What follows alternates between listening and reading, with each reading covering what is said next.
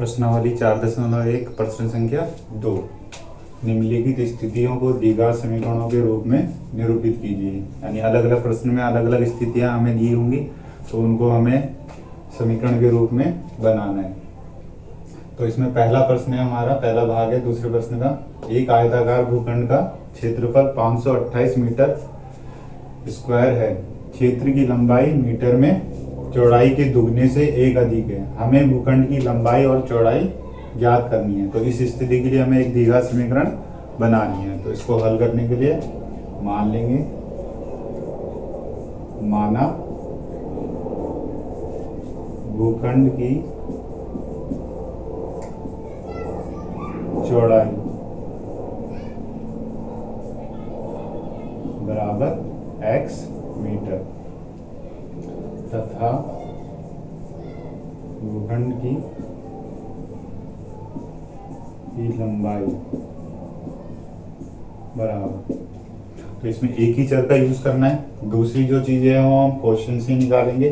तो हमें दे रखा है जो क्षेत्र की लंबाई है वो चौड़ाई के दुगने से एक अधिक है। तो हमें क्वेश्चन को समझना है। प्रश्न को अगर समझ लेंगे हम भाषा को, तो आराम से ही उसको हम लिख पाएंगे। तो क्या कह रहे हैं, क्षेत्र की लंबाई जो हम निकाल रहे हैं यहाँ पर, वो चौड़ाई के दुगने से, चौड़ाई का दुगना यानी जो चौड़ाई x थी उसका दुगना करना है। यानी सीधा पता चल रहा है दुगना, 2 से गुणा करनी है, 2x कर लेंगे। तो उससे दुगने से एक अधिक है। अब अधिक का क्या मतलब है, हम जोड़ेंगे प्लस 1। तो यानी जो लंबाई है वो चौड़ाई के दुगने से एक अधिक है। तो हमने 2x किया और उसमें 1 जोड़ दिया, 2x प्लस 1 मीटर। आगे मीटर लिख लेंगे।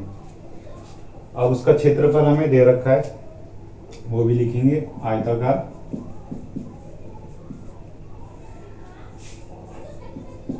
भूखंड का क्षेत्रफल हमें दे रखा है 528 मीटर स्क्वायर। तो आयताकार भूखंड का क्षेत्रफल होता क्या है, इसी के नीचे लिख लो, लंबाई गुणा चौड़ाई बराबर 528। लंबाई हमारे पास है 2x प्लस 1, चौड़ाई है x बराबर 528। इसको हल करेंगे।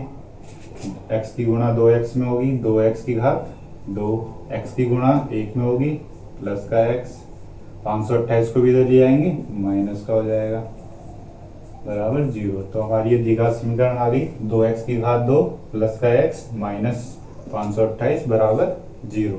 अधिकतम घात 2 है इसकी, तो ये एक द्विघात समीकरण है। तो इस स्थिति को हमने द्विघात समीकरण के रूप में निरूपित कर दिया है।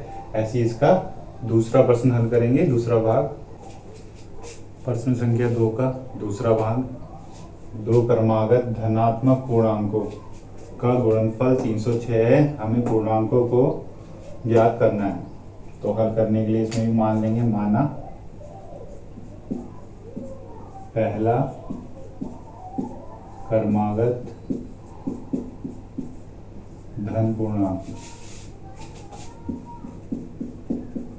बराबर x। तो पहला क्रमागत धन पूर्णांक हम x ले लेंगे तथा दूसरा क्रमागत धन पूर्णांक बराबर, धन पूर्णांक हमें कैसे मिलते हैं, एक एक जोड़ के, 1 के बाद 2, 2 के बाद 3 आएगा, 3 के बाद 4 आएगा। यानी अगला धन पूर्णांक क्या आएगा, जब हम 1 जोड़ेंगे तो अगला धन पूर्णांक आ जाएगा। अगर पहला हमने x माना हुआ है तो उससे अगला धनात्मक पूर्णांक क्या हो जाएगा, x प्लस 1। अब लिखेंगे प्रश्नानुसार। अब प्रश्न में क्या बोला है, जो दोनों धन पूर्णांक है उनका जो गुणनफल है 306 है। अगर दोनों की हम गुणा करें, दोनों धन पूर्णांक की, यानी x की गुणा हमें करनी है x प्लस 1 में, तो उनका जो गुणनफल है बराबर किसके हो जाएगा, 306 के। इसको हल करेंगे, x की गुणा x में होगी, x की घात 2, x की गुणा प्लस 1 में होगी प्लस का x, 306 को भी इधर ले जाएंगे, माइनस का हो जाएगा, -306 बराबर 0। तो हमने इस स्थिति को द्विघात समीकरण के रूप में निरूपित कर दिया है। तो ये एक द्विघात समीकरण है। इसी प्रकार इसका तीसरा भाग हल करेंगे। प्रश्न संख्या 2 का तीसरा भाग। प्रश्न हमें दे रखा है रोहन की माँ उससे 26 वर्ष बड़ी है, उनकी आयु वर्षों में का गुणनफल अब से 3 वर्ष पश्चात 360 हो जाएगा। हमें रोहन की वर्तमान आयु ज्ञात करनी है। तो प्रश्न को समझना है और उससे हमें समीकरण बनानी है। मान लेंगे माना रोहन की वर्तमान आयु बराबर x वर्ष तथा रोहन की माँ की वर्तमान आयु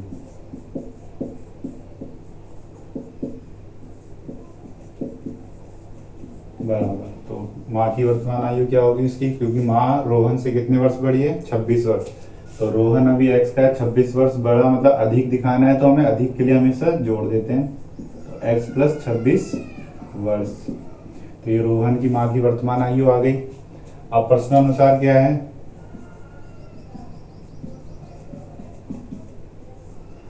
जो 3 वर्ष पश्चात की दोनों की आयु है उनका गुणनफल 360 हो जाएगा। तो 3 वर्ष पश्चात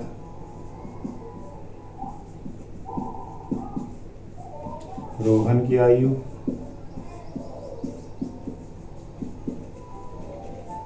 बराबर 3 वर्ष बाद की निकालनी है, 3 जोड़ देंगे, अभी उसकी x है, 3 वर्ष बाद क्या हो जाएगी x प्लस 3 वर्ष।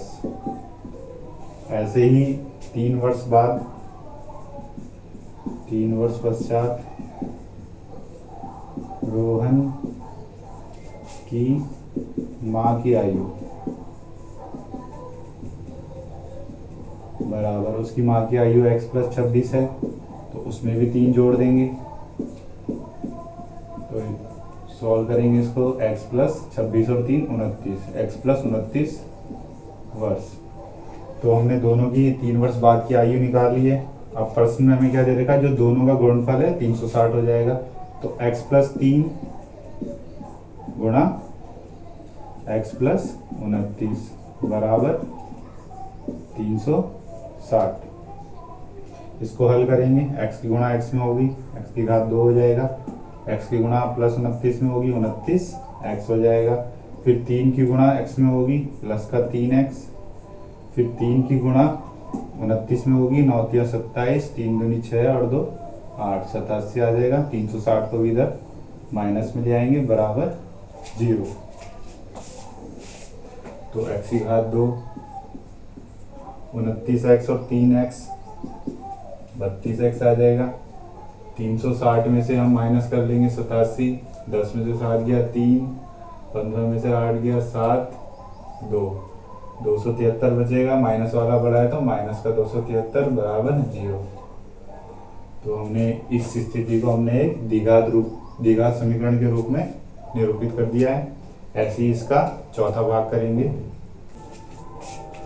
प्रश्न संख्या 2 का चौथा भाग रेलगाड़ी वाला प्रश्न है, बहुत इंपॉर्टेंट प्रश्न होता है। समीकरण बनाना सीखेंगे, कैसे बनाएंगे।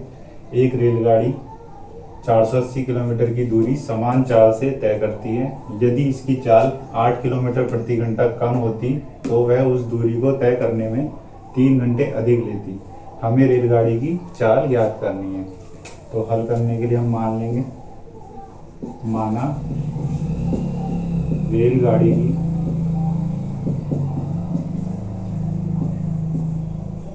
चाल बराबर x किलोमीटर प्रति घंटा।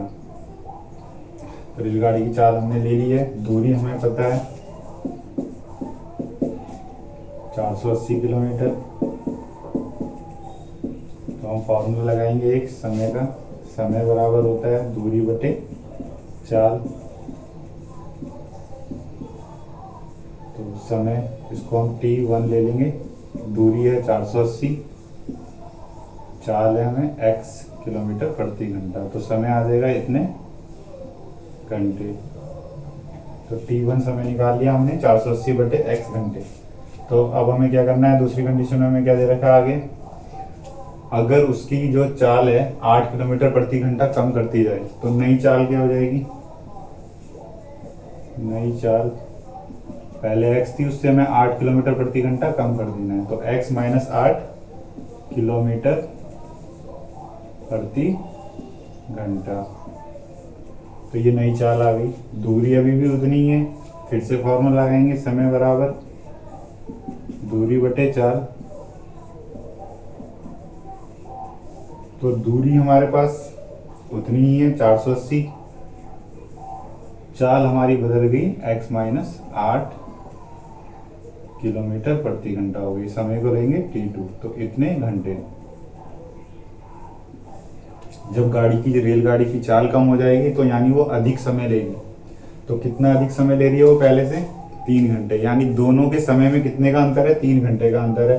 तो ज्यादा समय कौन सा है, T2 बड़ा होगा क्योंकि इसकी चाल कम हो गई है तो वो समय ज्यादा लेगी। तो हम प्रश्नानुसार लिखेंगे, प्रश्नानुसार तो दोनों के समय का अंतर है, यानी T2 माइनस T1 वो हमारे हैं 3 घंटे। 3 घंटे का अंतर है उसका। ये हमें पहले ही देख लेना है क्योंकि स्पीड हमने कम करी थी, चाल कम करी थी, तो समय ज़्यादा लगेगा। तो T2 बड़ा है, T1 छोटा है।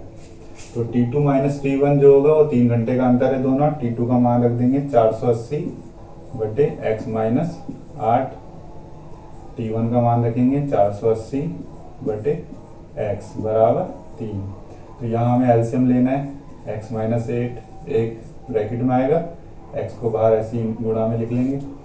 x माइनस 8 से x माइनस 8 कट गया, x की गुणा 480 में, 480 x हो जाएगा माइनस x से x कट जाएगा, 480 की गुणा x माइनस 8 में हो जाएगी बराबर 3। तो इसको खोलेंगे 480x माइनस 480x और माइनस माइनस प्लस हो जाएगा, और 8 की गुणा 0 होगी 0, 8 की गुणा 8 में होगी 64, 6 8 चौक 32 और 6 38, 3840 बटे x की घात 2 माइनस 8x बराबर 3। 480x से 480x कट गया, यहाँ बचेगा 3840 बराबर 3 की गुणा इसमें हो जाएगी 3x की घात 2 माइनस 8x, 8 की गुणा भी 3 में हो जाएगी, तो ये हो जाएगा माइनस 24x।